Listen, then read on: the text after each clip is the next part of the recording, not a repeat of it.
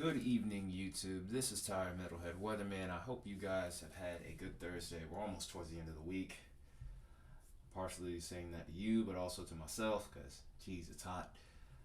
Anyway, got a good bit to go over today as well. I don't think this will be a 20-minute video. I really hope not, but onward with the content we go with this channel. That's all. That's what we're about, baby.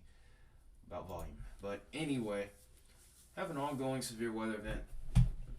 It's a pretty good bit going on at the moment here.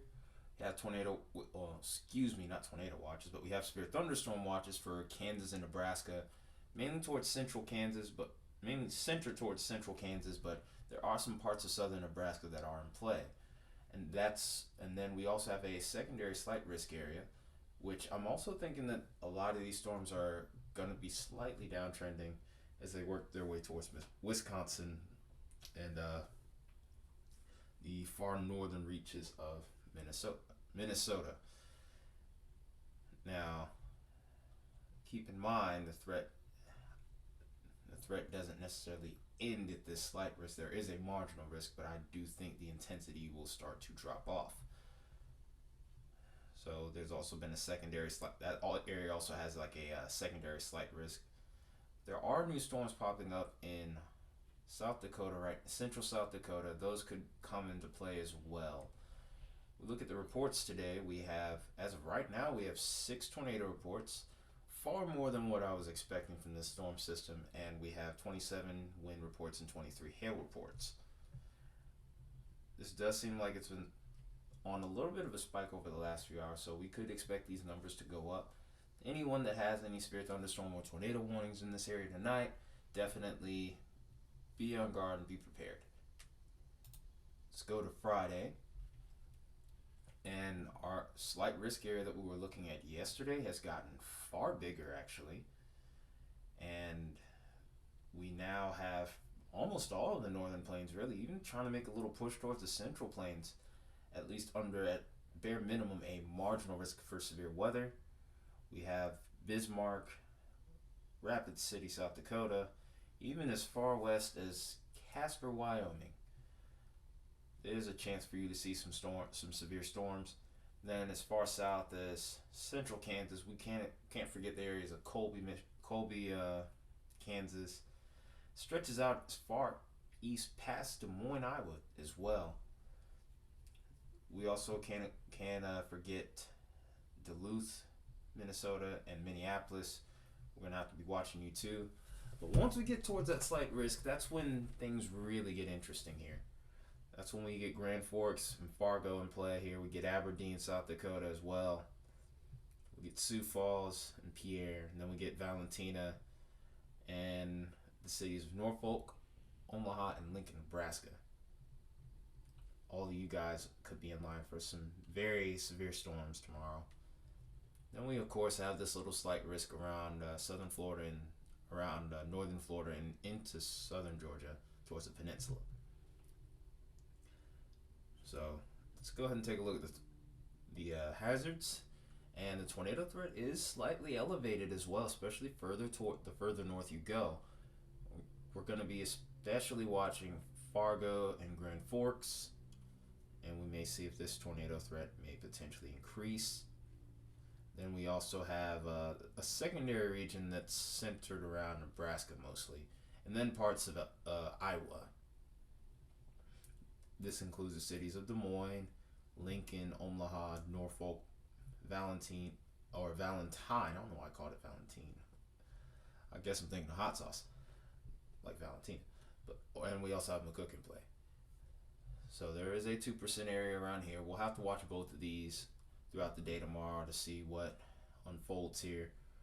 Hopefully the tornado threat will be minimal. We'll take a look at the parameters. We did have good surface-based CAPE around here. Dew points are expected to be high as well, so it does not surprise me that there is a small threat. Wind threat definitely takes the cake here up towards the northern part of our severe weather threat. That's where we have our hatched risk. We could have winds greater than 65 knots or 70 miles an hour. And then, of course, our slight risk is indicated in the yellow, and our marginal risk are in the brown. That's also what we have here in Florida and southern Georgia. And then the hail threat, pretty much exclusively for the northern plains. No need to go over the areas because I just mentioned them to you. So let's go ahead and take a look at the NAM here. Let's get a look at what the radar could look like over the next couple of days. So right now we're looking at this little low pressure system that's going to be meandering into the southeast, bringing more severe weather, bringing a chance of severe weather towards Florida and Georgia come tomorrow. Early morning hours, it's relatively quiet.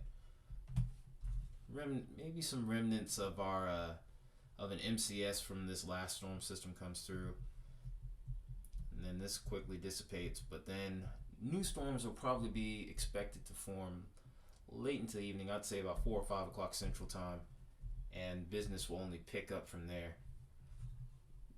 These storms have kind of taken a bit of a line segment cluster or a cluster mode. So basically you could have embedded supercells within that. So the chance of tornadoes isn't zero with this for sure. And when we look, we will take a look at the low level jet after this just to kind of get a better idea of what the atmosphere might be doing at those key levels where we're looking for rotation. In fact, we can also take a look at the sounding here. As we get later into the evening, this does look like it's trying to trend more towards a line of storms, which will be increasing the damaging wind threat more so than the tornado threat. But we do have some directional shear at the low to mid levels, I would say, especially around, especially just above the 850 kilometer mark, which is about a few meters above our heads, maybe a couple of thousand feet. But this has mostly a linear mode, more so than it does a tornadic or rotating-esque mode here. There is a little bit of a curvature in this audiograph, so we will still have to watch storms like this in this region. But it's the further north you go where we're more concerned about a tornado threat. Once we get into the overnight hours, it becomes a line of storms, and damaging winds are possible, especially around northern Minnesota and parts of Illinois, or Iowa. I don't know why I keep trying to call that Illinois. We watch this low pressure move through Wisconsin and bring in some weather, and then things look like they quiet down. There is a marginal risk on Saturday that we'll have to keep an eye out for. Mainly it's going to be around the Missouri Valley, but we will go into that a little bit further tomorrow in the weekend forecast. Let's go ahead and take a look at the low level jet, and then we'll actually go into the real topic of this video. Not to say that severe weather isn't important, but we've had quite a bit of rumblings in the tropics, and of course you know I'm going to have to go over that. Alright, so we're getting ready to look for this low level jet spike, especially around this region. And honestly, it's not that impressive. I do think the threat could be a little bit higher towards the south. Of course, this is the NAM, and NAM models don't always catch on to things like this too, so it could be underplayed, it could be overplayed even. But I am going to be watching areas like Nebraska because the low level jet is pretty sufficient. In fact, we're getting some readings here, as you can see, where we're at 50 knots plus. More than sufficient parameters for tornadic activity. So I'm definitely going to be kind of interested in this area in particular. There is enough spin around this region though that there is that I do have interest here as well, but I think that this area could be upgraded to a 5% possibly by tomorrow. We'll see how the models trend. But we'll watch all this move off by Saturday. There's still going to be a good bit of low-level energy left with these storms as they progress to the east on Saturday, so we'll have to watch that close as well. And then once we get towards Sunday, we can't really see too much beyond that. Well, all right, now let's get into the tropics, because boy has a lot changed since the last video. Alright, so we're thinking, okay, it looks quiet, and then what is this over here? Just off of Cape Verde. Just off of the western coast of Africa, south of Cape Verde, we have a disturbance right here that has a 20% chance of cyclone development within the next 48 hours. So things have escalated a little bit quicker than even I was expecting around here. There was a small chance of maybe a tropical system rolling off of the western portion of Africa here, but the environment around here, as you can see, it's pretty calm, but that steering current, it seems like it's starting to make that little bit of a push to the north and east a little earlier. And then on top of that, that's kind of lightened up some of the wind shear here. Waters are still kind of cold, so it's going to be hard to say whether or not this thing survives long enough and makes its way to the Antilles and the and Hispaniola, but definitely interesting. I do feel like this will become our next tropical system, and we're going to take a look further into it in a moment. But when we go to the 5-day tropical weather outlook, that's when things start to really get my attention. And the development area is really interesting. Excuse me. I'm burping a little bit. So, when we go to 5 days, the chance is doubled now. We're at a 40% chance of development in 5 days. But also, I want you to take notice of this area here. This is an area where it has a good chance of developing. The wind shear is a little bit lighter further to the south. However, once you get over here, this tends to usually be a tropical system graveyard. Usually this area tends to have a lot of wind shear through this region. And these storms tend to get torn apart here. There is some thinking, however, that wind shear here might be lightening up just slightly. And it may give this thing a window to where it could go through here. It's minimal. I'm truthfully not sold on that myself. I'm eager to see what this does. But it's interesting to be seeing a system this far out east this early into the hurricane season. So I'm almost certain this will become a named storm. What affects it will have to land. It's too far out for me to tell. But one thing we can do is we can look at the models here, and we can see just what may be to come for this system. So we're looking at the height anomaly for right now.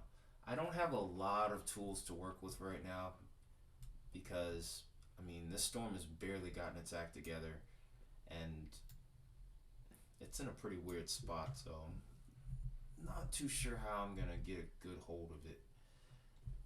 Okay, so this looks like this is our system right here. Hard to say right now. It's on the southern end of the map. But also you can see that there's several little systems that try to pop out from the west coast of Africa here. So we're going to have to watch this because this main development region, like I had been mentioning, is starting to open up. I've mentioned that in the last video, and I'll be putting a little card here on the top right of the screen. But you can see that business is definitely picking up. I wish I had, I'm going to try to see if I can get into one more spot where I can maybe get a better look at the storm. Alright, if this spot doesn't work, then I'm just going to probably call it up right here because I could probably spend about an hour before I finally figure something out. Anyway, alright, we're going to go here and see if anything pops up within the next 90 hours. So, I think that's it, but it's all the way on the southern side of the map. Yeah, it looks like I'm not winning this battle, you guys. I'm sorry. But that's pretty much all I got for you. We're gonna keep a close eye on this tropical system. We will be talking about it in the weekend forecast for tomorrow, just to keep everyone up to speed on it. But that's all I got for you guys tonight. It's been Tired Metalhead Weatherman. Hope you enjoyed this video. If you did, drop a like, leave a comment, share the channel. Help me get this information out to more people. But either way, you guys have a good evening, and I will see you tomorrow.